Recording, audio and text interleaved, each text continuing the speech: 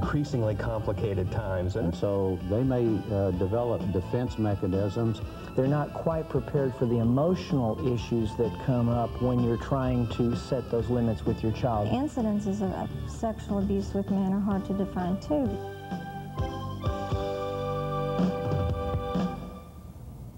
Hello, and welcome to another edition of Issues of the Mind, a show exploring the thoughts, feelings, and behaviors that make us each uniquely human. I'm your host, Dr. David Welsh, and I'm so glad you could join me, especially this week, because on Issues of the Mind, we have a birthday of sorts. We're going to mark a centennial, the 100th year anniversary of the founding of the American Psychological Association. And so, in some senses, you could say that my profession is 100 years old this year. And to mark the event, we're going to be talking about the history of psychology with one of the leading psychologists in the Tarrant County area, and also about a very special, very unique, and I think really interesting and fun exhibit that has been set up at the Fort Worth Museum of Science and History to commemorate the event. We'll be talking about how psychology has changed and evolved over the years, about the many different sorts of services and areas of knowledge that psychologists bring to the general field of trying to solve problems in human living, and we might even get a glimpse into what the next 100 years would bring for the field of psychology. And without any further ado, I'd like to welcome our two guests to help us take a tour through the history of psychology. First of all, Erin Offel. Erin is the marketing director at the Fort Worth Museum of Science and History and has been employed in that position for the last several years. She is not here representing psychology, but she is here representing the museum and may give us some kind of behind-the-scenes information and ideas about what we can expect if we go see the exhibit. So welcome to you, Erin. Thank you. And next to her, a fellow who is a psychologist, Dr. Jim Wicker, who is in private practice and has been in private practice for several years in the Fort Worth area, has also in his illustrious career been employed by a variety of different agencies and organizations as a psychologist, including Texas Christian University and General Dynamics, and has also served as clinical director of Cherry Lane Hospital recently. He is a teacher, a researcher, a clinician, and a past president of the Tarrant County Psychological Association. Currently, Jim is serving as chairman of the Centennial Display for the Tarrant County Psychological Association, and it's in that specific capacity that you're here today. Welcome, Jim. Thanks. Nice to have you both here, actually. Let's talk, if we can, please. Jim, I guess we'll start with you, sort of representing the field, and give us sort of a historical perspective here on the field of psychology, beginning with just what the term means. What is a psychologist? Well, basically a psychologist is somebody that studies the mind. And that began a long time ago. It began more than 100 years ago. Now, psychologists would be something separate and distinct from, let's say, a psychiatrist. Yes. And could you make a distinction there at the outset? Because I think people often get those two mixed up, don't they? Sure, be glad to. Psychologist is a person who has a doctorate in psychology, has got graduate training in that and an internship. A psychiatrist is a physician who has special training in psychology as a medical specialty. So they work with sort of similar types of problems, but from a very different perspective. Yes, psychologists, of course, are preeminent in the field in the sense that they have the training necessary to determine exactly what's going on with somebody. We do a great deal of testing. For example, at Cherry Lane Hospital, where I'm on active medical staff, I do psychological evaluations of every person that comes through there as a way of determining what's going on with them so that the psychiatrist can then treat them or another psychologist can treat them. But it would be your charge in that capacity to sort of gather the basic information that would shape pretty much the whole treatment program. That's right. For the individual. I think we also need to make a point, don't we, Jim, that not just anybody could say they were a psychologist. In other words, there's a little bit more involved here than, say, having had some graduate courses or a bachelor's degree in psychology or having read some books, right? Could you tell us a little bit about what's involved in becoming a psychologist in terms of credentialing? Well, in order to be licensed as a psychologist, you have to have a doctor's degree in psychology, either the PhD, which is what most of the older psychologists have, or the new degree, which is a Doctor of Psychology degree, PSYD. In addition to that, you have to have 2 years of internship, one prior to the degree, another one after. Then you have to take state board examinations, just like the physicians do. It takes just about as long. And then after that, you're licensed. I think you spend, well, that's the externship. You spend another year working with a psychologist in order to get your final degree, get your final license. And so the term itself, in addition to requiring a lot of preparation and training and so on, is a term which is licensed and It's a regulated licensed by the term. state. It's a restricted term. You cannot use it unless you're licensed. Right. Okay, good. Well, that helps us establish a little bit just what the title is all about. Now, if we can sort of use a time machine kind of effect here and go back 100 years, Jim, to the beginnings of psychology, what would the field look like 100 years ago when the American Psychological Association was founded? What did the field of psychology look like? Well, it was very different then. Primarily, most people were in the area of experimental work, looking at and studying people, trying to determine what was going on with people, all the basic kinds of things. How do people know what colors are? How do people hear? Those kinds of things at a level of the mind, those kinds of studies. It was really kind of a pure science Yes. at that time, wasn't it? There wasn't much attention being paid to really helping people or That's right. curing problems or anything. It took place in the laboratory. Well, there's very little work done anyway in that time period in terms of curing people of mental problems. You look back at what was done, it was, well, you know, the snake pit kind of thing in terms of mental hospitals. A lot of things were done that were not very useful or helpful. Psychology as a way of looking at people as a clinical approach was simply not there at that time, and has gradually gotten there, both for psychology and for psychiatry across the last 100 years. How has that evolution been accomplished? How has the field moved from an academic, laboratory, research-oriented kind of profession towards a more clinical or hands-on helping kind of profession? What have been some of the forces that have helped make that transition? Well, I think probably the one that I see that had the most effect was World War II. That's when psychologists were actively recruited to test people, the Army Alpha examination, those kinds of things. And so for the first time they began looking at, shall we call it the real world, beginning to look at groups of people, at what was happening here. And then as they did that, they began to look towards ways to handle the problems that they could see.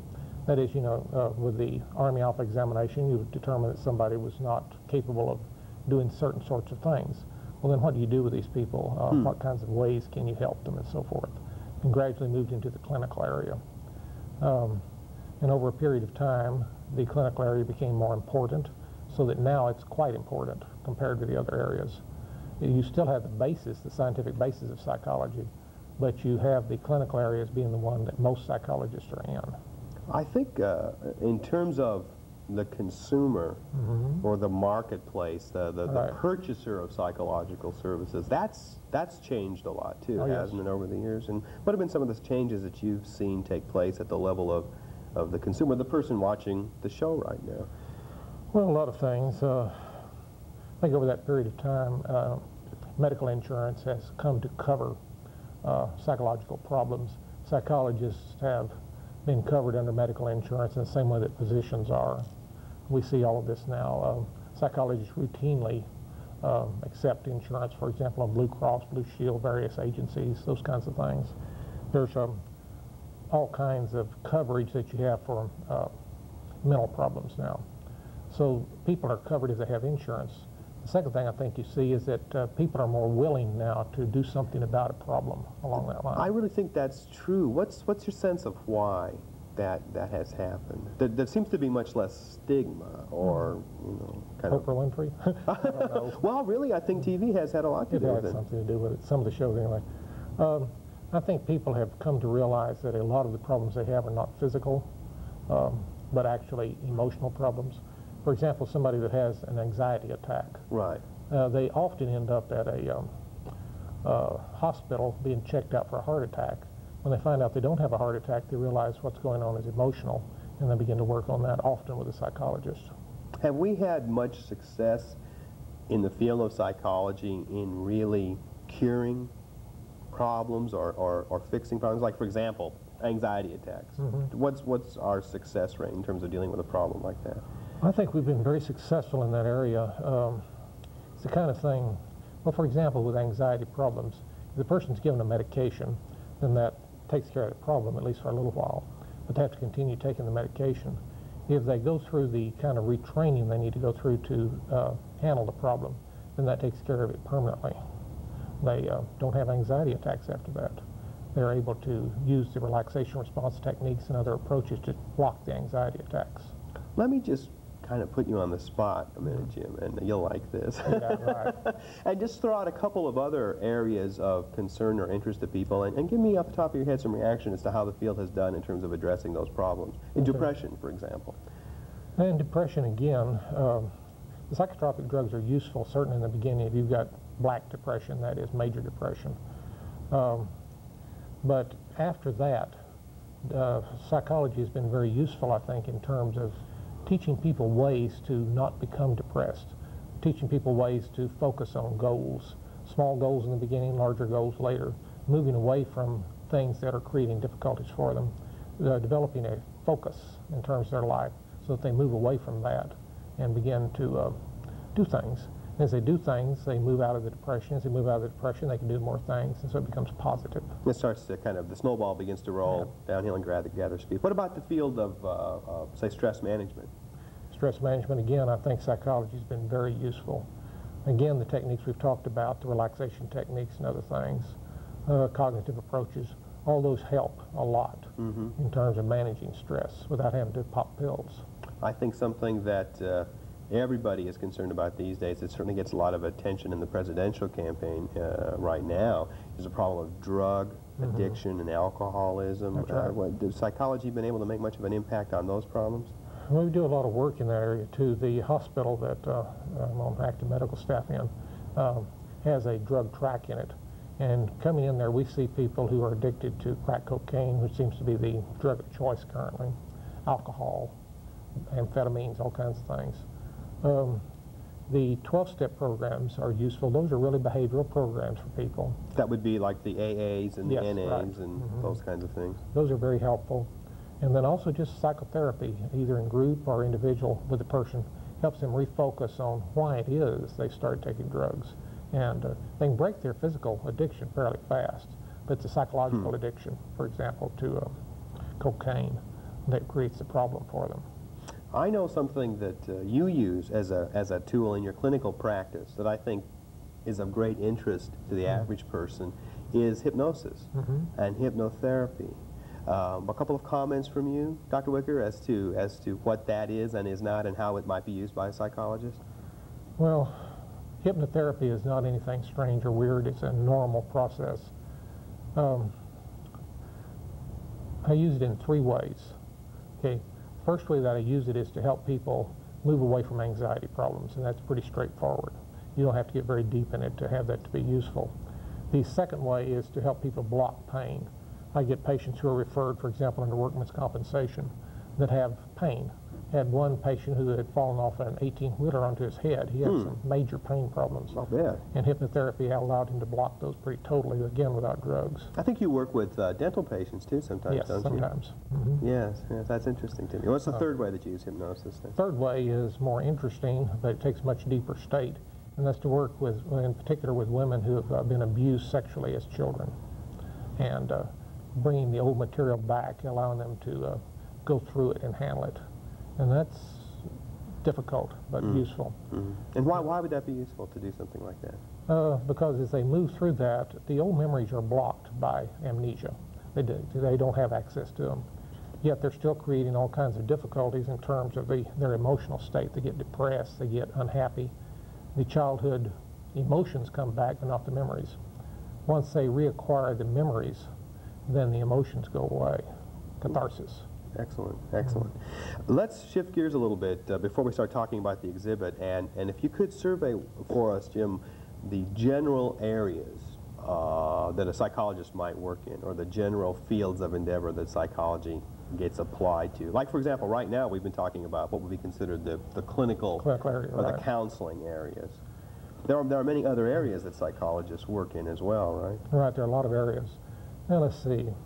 Of course, you have teaching, teaching psychology at university.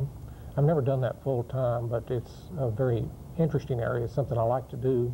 If they paid as well as clinical, I might do it all the time, but unfortunately they don't. but it is a very good area to be in. Psychologists are employed a lot by business and Yes. industry too, aren't they? What kinds of things would a psychologist do working for business? Well, two different things probably. If in some companies they might be doing research in terms of the like human factors. That might be done at a defense plant. In other companies, however, they might be employed to determine workplace conditions and how that's affecting people, those kinds of things. They might be employed to help people work through psychological problems, emotional problems that they're having in the workplace. So all three. So they do a variety of things for business and industry. They work a lot, psychologists work a lot with schools. Yes, and school psychologists work a systems. lot in the schools. What kinds of things do psychologists do in those settings? Well, again, they work with children that are having problems, emotional problems of one sort or another. Children that are having problems in terms of being able to handle their schoolwork, do testing, various kinds of IQ tests. The WISC-3, for example, is used a lot by psychologists to determine the IQ of children, but in particular the interaction of the factors within IQ and the way it might affect their behavior at school or their performance at school and so forth, to determine whether children are learning disabled or not, those kinds of things. So again, the testing function is important in that It's very setting. important there. And then they're still working, psychologists are still very active in research and in Yes. experimental settings. Right.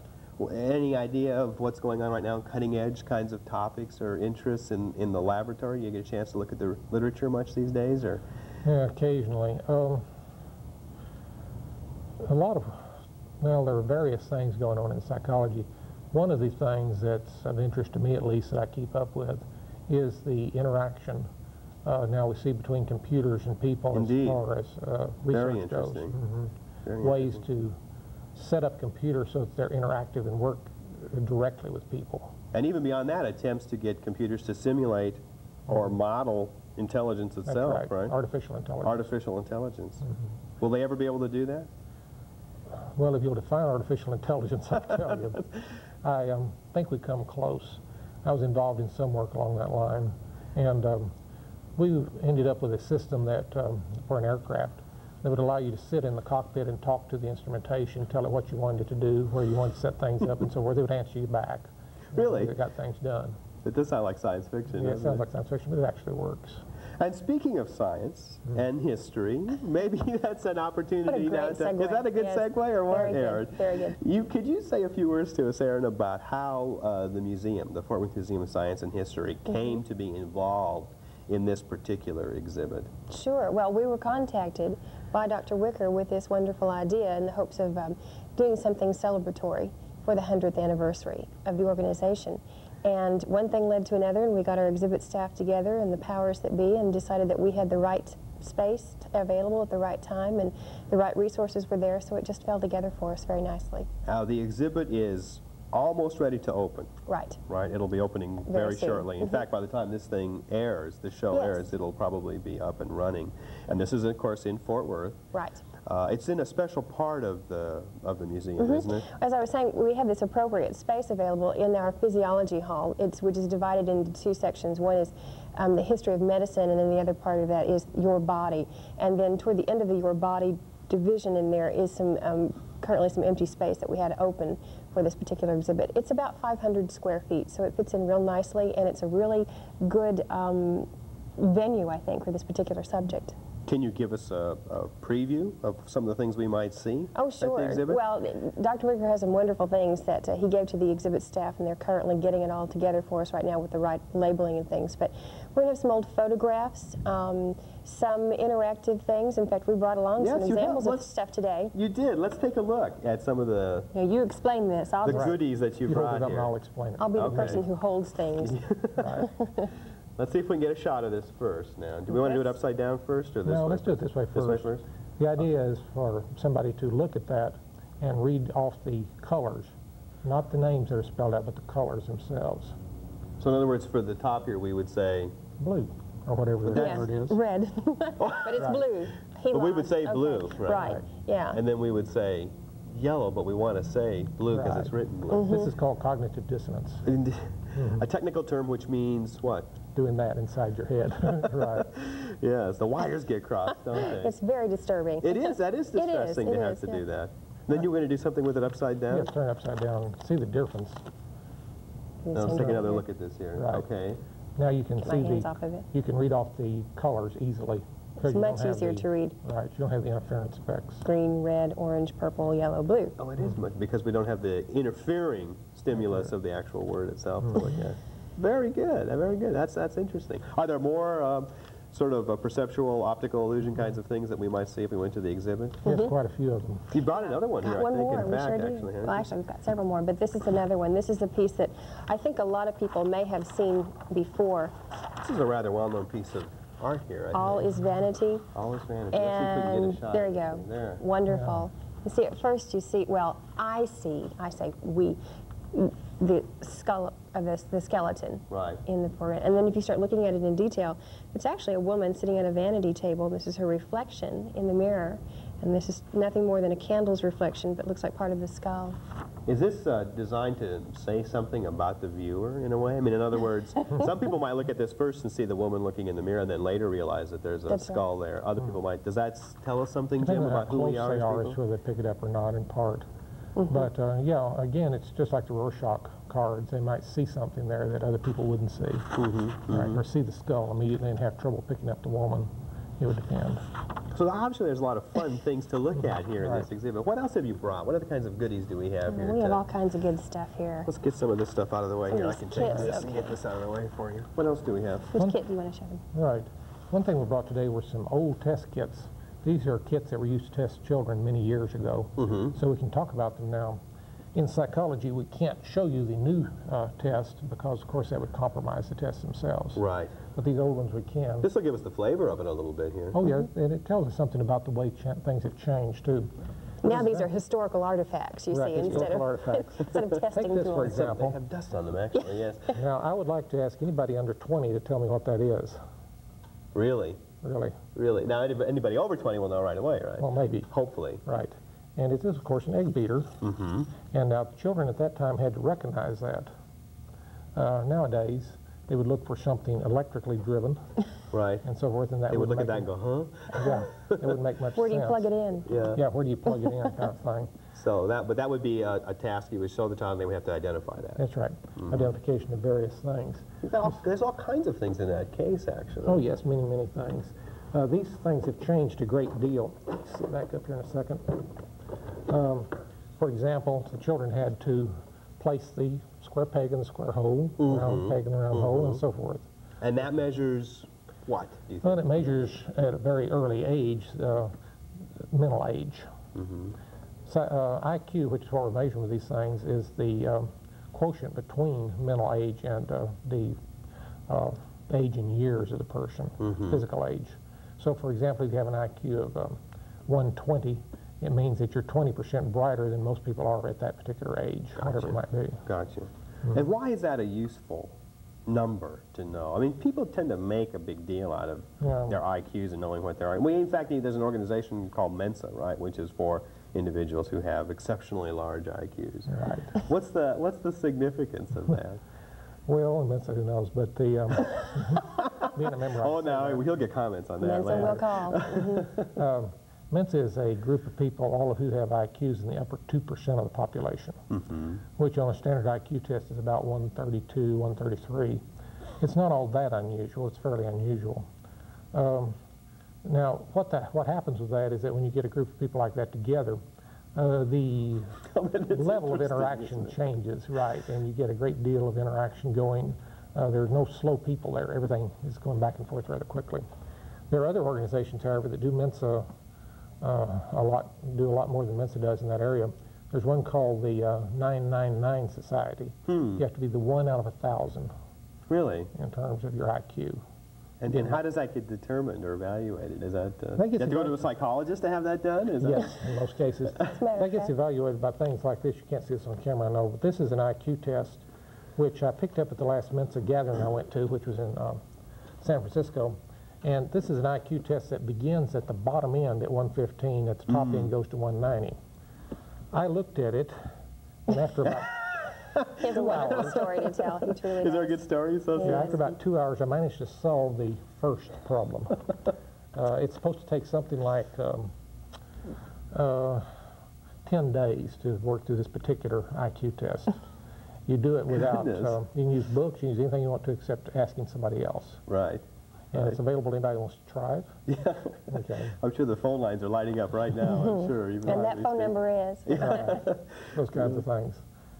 What other kinds of things can a psychologist, with testing, besides IQ, what are some of the other aspects of an individual that a psychologist could measure with a test? Well, you measure a number of things. For example, with the standard tests like the MMPI, the Minnesota Multiphasic, you can measure things like depression, anxiety,